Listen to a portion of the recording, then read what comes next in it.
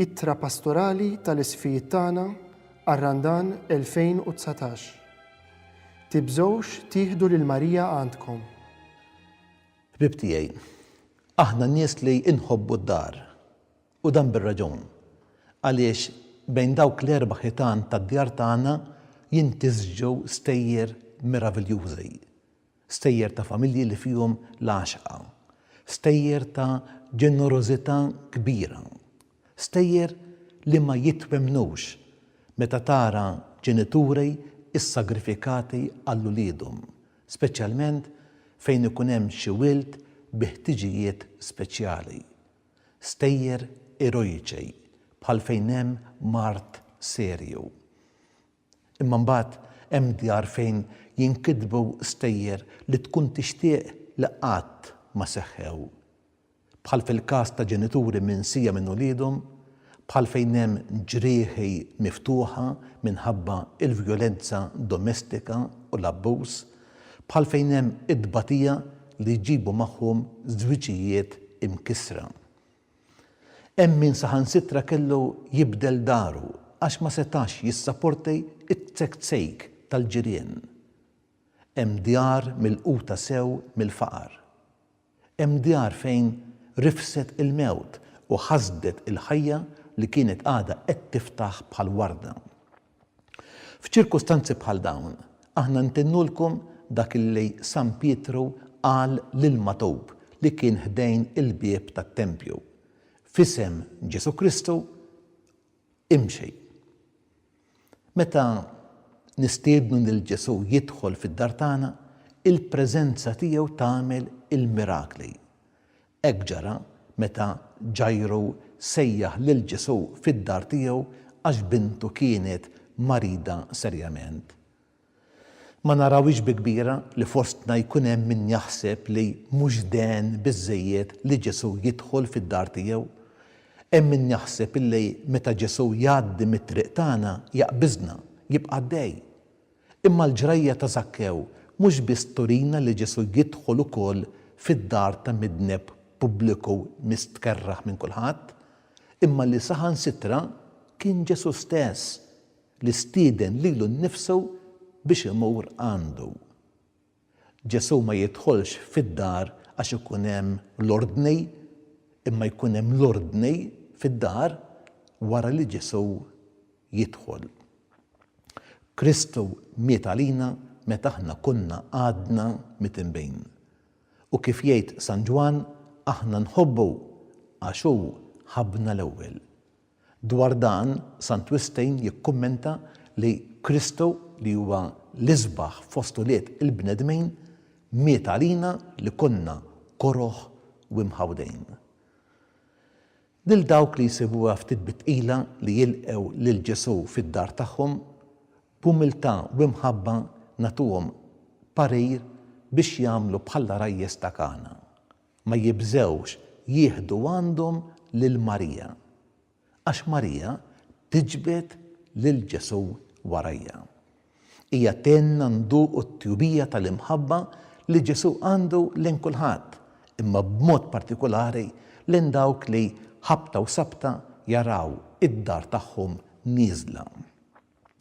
Dak li kien ser jiġri f'Kana għaliex naqashom l-inbejt, fid-djar tagħna jista' jiġri meta tfaqqa xi kriżi serja, bħal meta l-aħwa jiksruha ma' xulxejn, meta ġenitur isib ruħu bla xogħol, meta xi ħadd fil-familja jiċċappaż bid-droga, meta tixxellef il-fedeltà taż-żwieġ, meta il-futur tal-familja jiċċajpar, meta jibdew jitmermru il-prattiċi reliġjużi u jċedu is-sisien tal-fidi u sfidi oħra. Is-serenità fid-djar tagħna tittiefes ukoll jekk fis-soċjetà ta' madwarna ikun hemm sitwazzjonijiet li iħasbuna bħalma huma t-tnaqqir tal-fiduċja fl-istituzzjonijiet, in-nuqqas ta' rispett lejn il-ħajja tal-bniedem sa mill-bidunet tagħha fil-ġewf, il-faqar, il-qerda tal-ambjent, il-korruzzjoni u ħwejjeġ oħra. Għalina li nemnu ma jistax jonqos li dawk l-affarijiet negattivi fil-Knisja bħalma huma l-għeluq, ir-reżistenzi għat-tiġdejt indikat mill-Papa Franġisku u l-eżempji ħżiena ikollhom eku fid-djar tagħna. F'mumenti inkwetanti bħal dawn, għandna bżonn nisimgħu lil Ġesu imsallab itennilna l-istedina li jagħmel lil Ġwanni fil-waqt l urieħ lil Marija, hawn hi ommok. U bħal Ġwanni nieħdu lil Marija id-dar tagħna. Min-naħa tagħha Marija toffrilna it-tweġiba għaliex tindikalna lil Ġesu u tgħidilna għamlu kif jgħidilkom hu. Kif josserva l-Papa Franġisku li aħna nilqgħu lil Marija f'darna huwa it-testament ta' Ġesu. Fid-dar ta' Nażaret mhux biss kien hemm mumenti fejn Marija u Giuseppi ma fehmewx lil xulxejn mill-ewwel, imma wkoll nuqqas taqbejl bejn il-ġenituri u binhom bħal meta intilef f'Ġerusalemm. Għalhekk Marija tifhem lil dawk il-familji fejn hemm it-tensjonijiet bejn il-koppja jew bejn il-ġenituri u l-ulied. Id-dar ta' Nażaret taf xi tfisser kriżi ta' fidej għaliex kemm Marija u kemm Giuseppi jitħawdu quddiem dak li Alla jitlob minnhom. Għaldaqstant, Marija għandha posta anke fid-djar ta' dawk li għaddejjin mill-lejl mudlam tal-fidej u qegħdin jissaraw ma' Alla.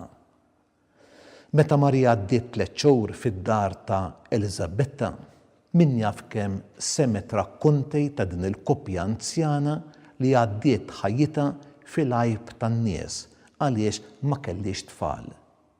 Marija għalhekk tifhem lil dawk il-koppji li għandhom diffikultà biex jibdew jibnu il-familja. Fil-ħemda ta' dara, Marija talmet xi prezz għoli switilha il-maternità tagħha bħal meta kien jaslilha li n-nies kienu jgħajru lil-bina li huwa wikkiel sakranazz ħabib tal-pubblikani u l-mitinbejn. Jew semet lil qraba jgħidu li Ġesu tilef moħħu. Fid-dawl ta' din l-esperjenza, Marija tifhem lil dawk il-ġenituri li uliedhom huma ikkalunjati, majra u hija solidali ma' dawk il-familji fejn hemm il-mart jew lejja mentali. Marija li sieħbet lil-bina fit-triq tal-Kalvarju kienet taf bit-tradiment ta' Ġuda, bit-ċaħdiet ta' Pietru, bl-abbandon tad-dixxiepli, u għalhekk hija tifhem lil dawk il-koppji u l-familji imkissra b'xi tradiment.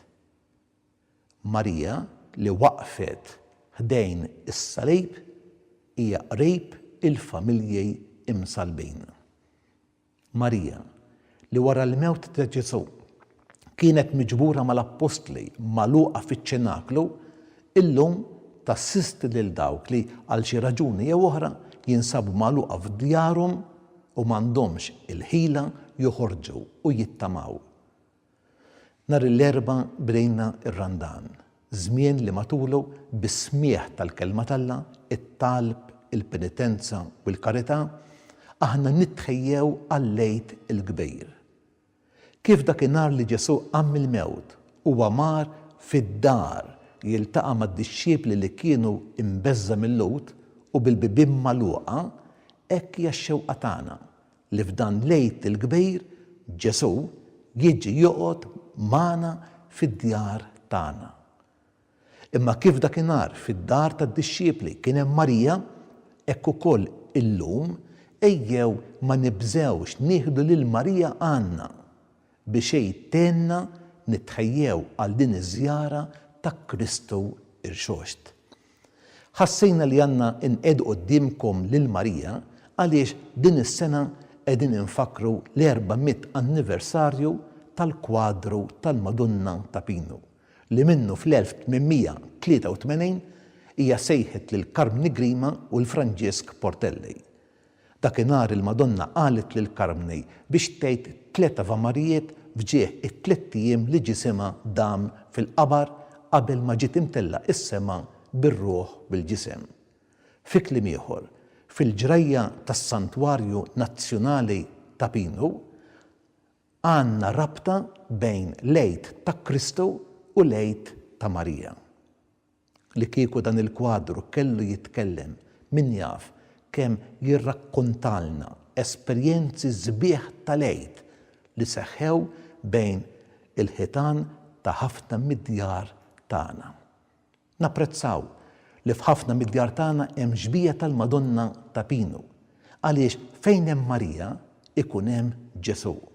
U fejn hemm Ġesu hemm il-ħajja li telep il-mewt, il-grazzja li teħles mid-dnub, it-tama li terfa' min-niked, il-maħfra li tinfaxxa il-miksur, il-ferħ li jkeċċi dwejjaq, is-sliem li jtemm kull ġlied. Meta niftakru li r-Rożarju huwa talba għal qalb Marija b'riflessjonijiet dwar Ġesu, nistiednu lill-familji tagħna biex jgħidu spiss din it-talba sabiħa. Min qalbi nawguralkom li dan iż-żmien tar-Randan bl-akkumpanjament ta' Marija iwassalna biex niċċelebraw il-E.T tagħna ma' Kristu. Il-paċi magħkom.